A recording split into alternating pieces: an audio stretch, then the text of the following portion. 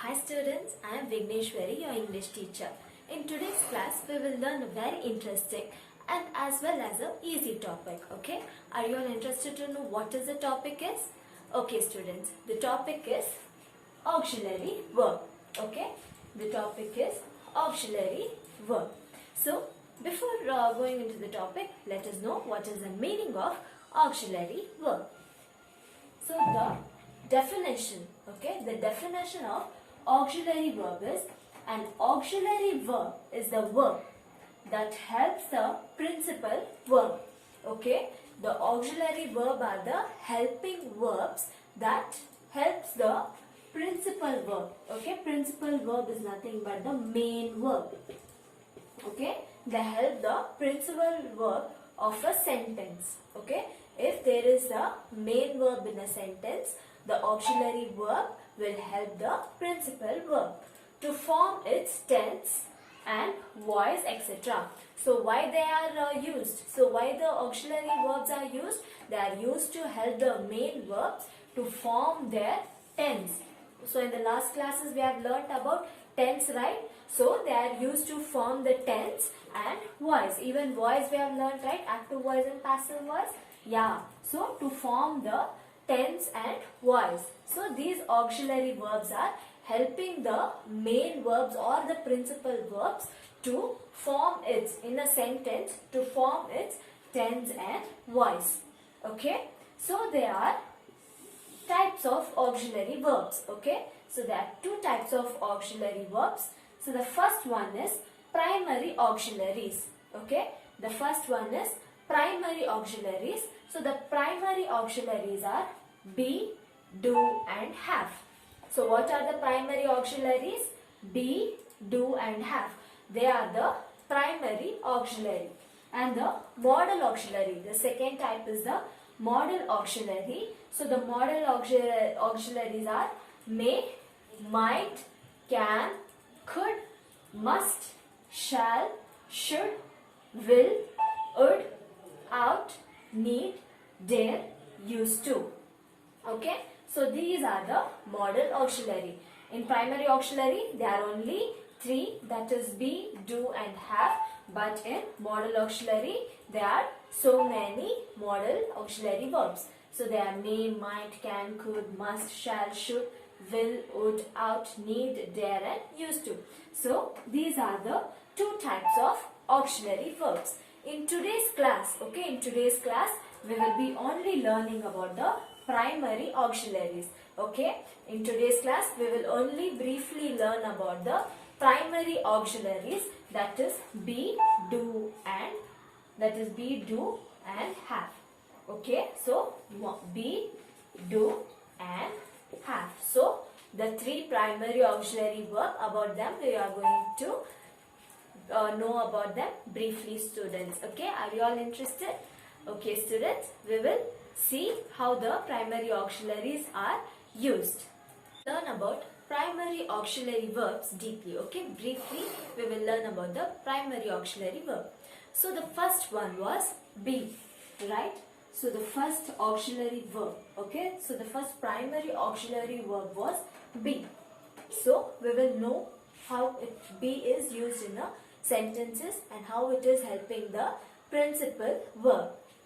The verb be has three forms in the present tense. Okay, the verb be has three forms in present tense. Okay, it can be used, be can be used as is, am, are in present tense. Okay, and then it has two forms in the past tense.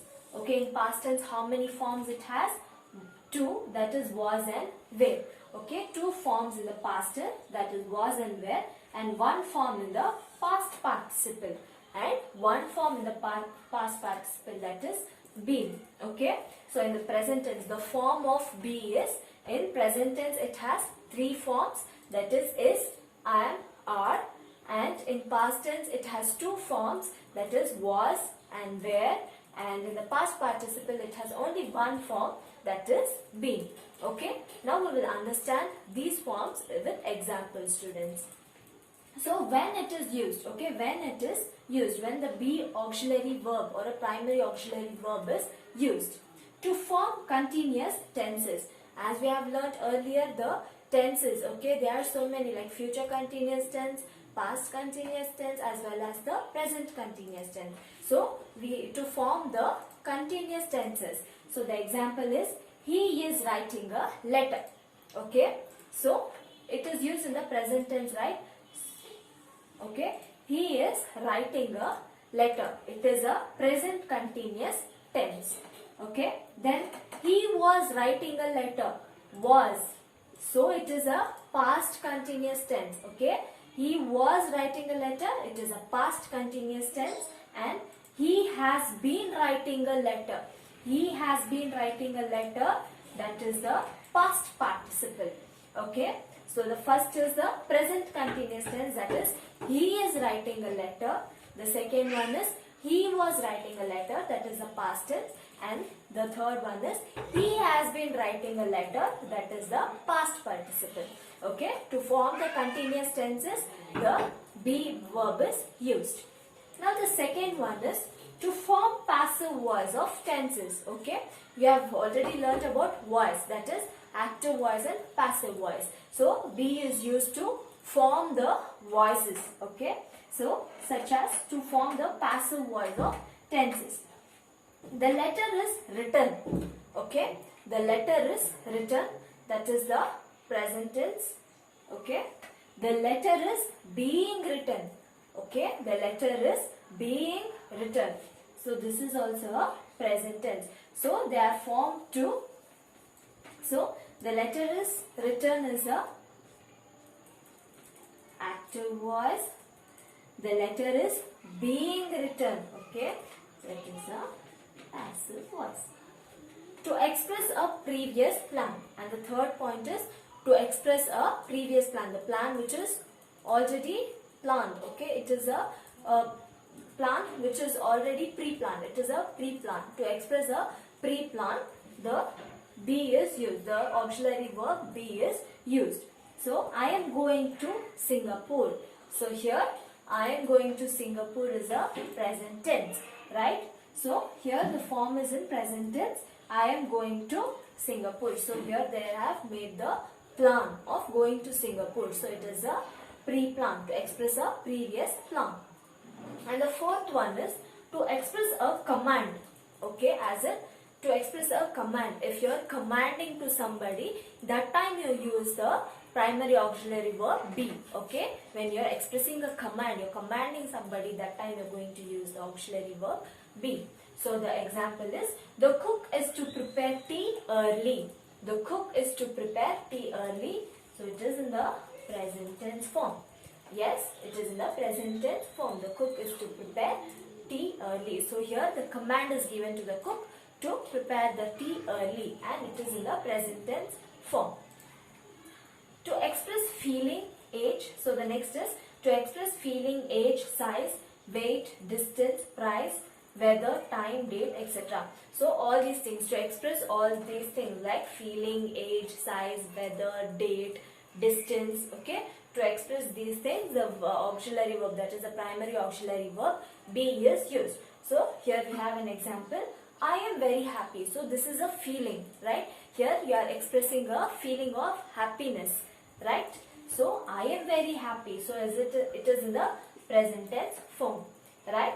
And the next one is, and the next example is, the prices are rising day by day. The prices are rising day by day. So here the form is in which one? It is also in present tense form. Even here the form is present tense form. Here they are considering about the prices, rise in prices. Okay. So at these situations, at this point of time, the be auxiliary verb is used to help the principal verb, that is the main verb. At this point of time, the be auxiliary verb or the be primary auxiliary verb is used to help the principal verb. So we'll see one by one. To form continuous tenses. Okay, why? To form continuous tenses. And the second point is to form passive voice of tenses. The third one is to express a previous plan. The fourth one is to express a command as. The fifth point is to express feeling, age, size, weight, distance, price, weather, time, date, etc. So in these situations, what is used? The primary auxiliary be is used. For what? To help the main verb or the principal verb, students. I hope you understood the primary auxiliary verb, the first one, that is be. Okay students, we will now learn about the second primary auxiliary verb. Okay, the second primary auxiliary verb is have. Okay, the second primary auxiliary verb is have. So we will know the forms of have. Okay, so the forms of have is in present tense. Okay, in present tense there are two forms. Okay, in present tense there are two forms. They are has and have. Okay, in present tense there are two forms, that is has and have. Okay, in past tense there is one form, it is had.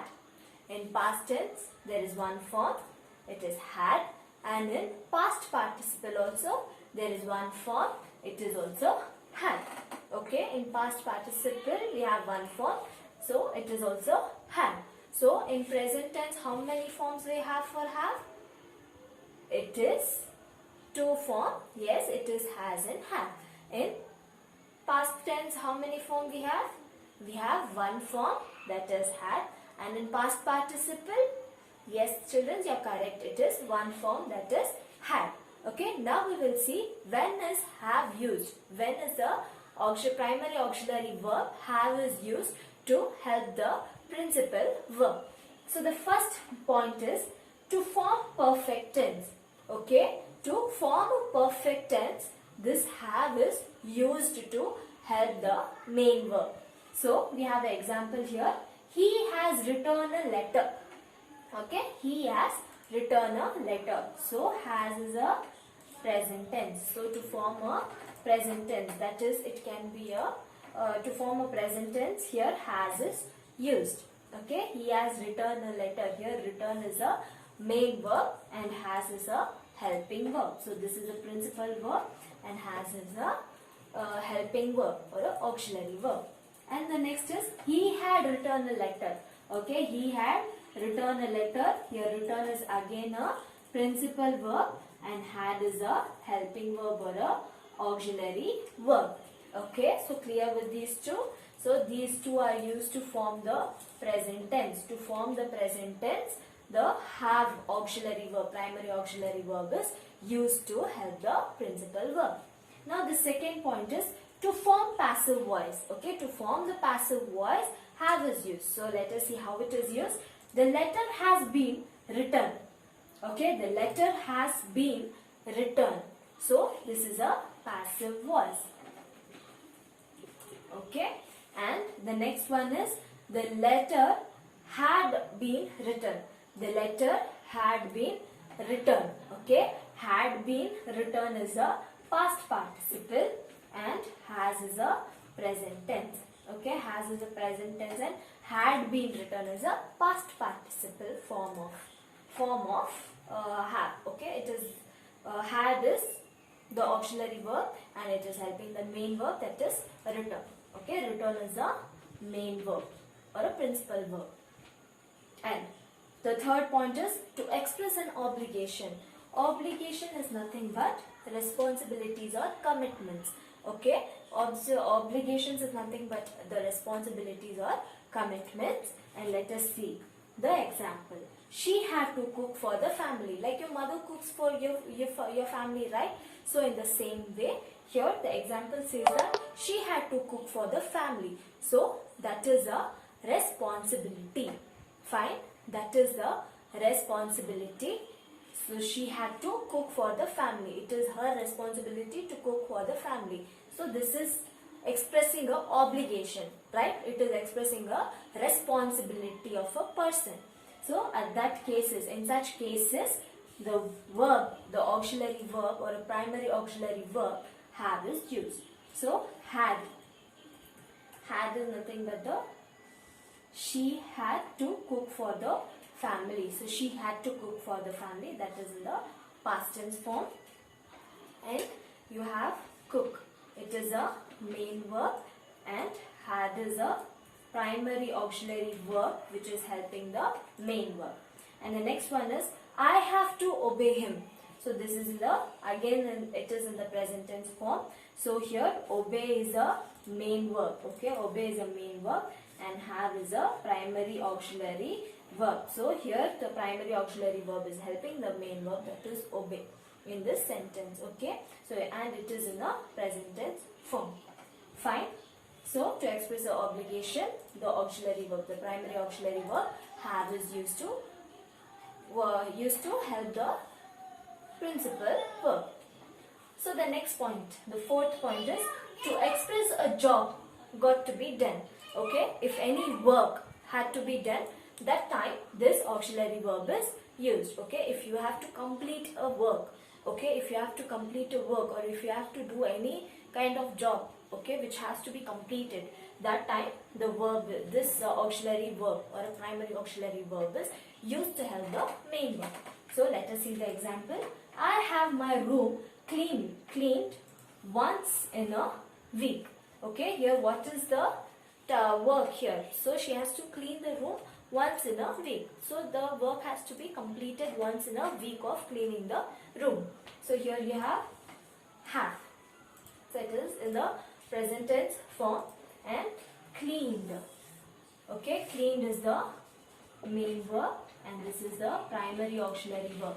Here have is helping the main verb, that is clean. Okay, so in such situations, to express a job done, okay, to express a work to get completed, at that situation you will use the have. Okay, that is the primary auxiliary verb. Have will be used to help the main verb. Okay, and the next one, the final point is the fifth point. In connection with food, drinks, fun, tests, etc. So in connection, if in a sentence, if the sentence is related to food, drinks, okay, like tests, fun, etc., that time the word have is used. Okay, to help the main verb, have, the primary auxiliary verb is used. So we'll see. We have breakfast in the morning. So breakfast is related to food, right? So we have breakfast in the morning. Okay, so here at that point of time have is used. Okay, and the next one is we had a test in maths yesterday. So we had a test in math yesterday. So it is related to test. Okay, it is related to test and the first example was related to food. So at that point of time you got to use the primary auxiliary verb have. Okay, so I'll again read you the points one by one. Listen to me carefully, students. So the first one is to form a perfect tense. Okay, to form a perfect tense. The second point, to form a passive voice. The third point, to express an obligation. The fourth point, to express a job got to be done. And the last point is in connection with food, drinks, fun, tests, etc. So during these point of time, at these situations or at these these sentences, if the sentences are related to these things, that time you got to use the primary auxiliary verb have. I hope you understood when is the primary auxiliary verb have is used, students. So the third type of auxiliary verb, the primary auxiliary verb is do. Okay, do is the third primary auxiliary verb. So what are the forms of do? Okay, there are three forms. Okay, do has three forms, that is do, did, done. Okay, do, did and done. So these are the three forms of the primary auxiliary verb do, students. So what is that? Do, did, done. Okay, did you get it? So these are the three forms of the primary auxiliary verb do.